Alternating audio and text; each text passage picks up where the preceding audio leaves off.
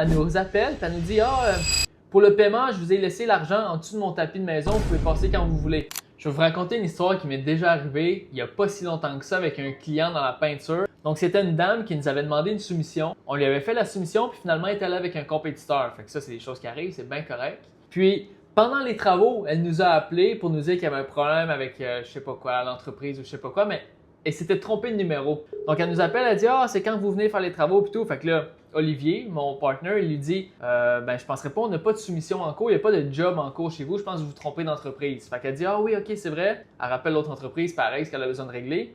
Puis rendu que la job est finie, au paiement, la madame, elle nous appelle, puis elle nous dit pour le paiement, je vous ai laissé l'argent en dessous de mon tapis de maison, vous pouvez passer quand vous voulez. Ça veut dire que, puis ça, d'après moi, c'était plusieurs jours après la job, là, parce que je connais l'entreprise qui a fait la job. Ça veut dire que l'entreprise n'était même pas au courant que c'était payé ou impayé. Puis ça veut dire que la madame était mêlée un petit peu. Ça se peut.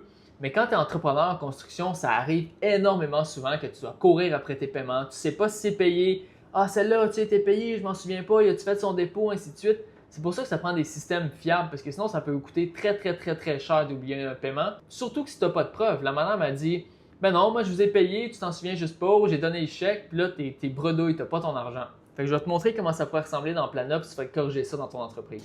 Donc ici, dans l'onglet Jobs, on voit tous les jobs qui ont été effectués par l'entreprise. Ici, c'est un compte de démo, c'est simplement pour vous montrer comment ça fonctionne. Mais on peut voir que la job à Maxime, la job à Tommy, la job à Tommy, on voit que tout ça a été payé, sauf la job ici à Sandra Duval. Donc on pourrait aller voir dessus. On pourrait renvoyer la facture, ou on voit du moins qu'on n'a pas envoyé la facture. Donc, le client reçoit la facture pour une deuxième fois, ou vous pouvez faire un suivi. Mais au moins, vous voyez quand vos paiements sont reçus ou pas reçus. Très important de ne pas oublier de paiement, c'est pour ça que vous travaillez.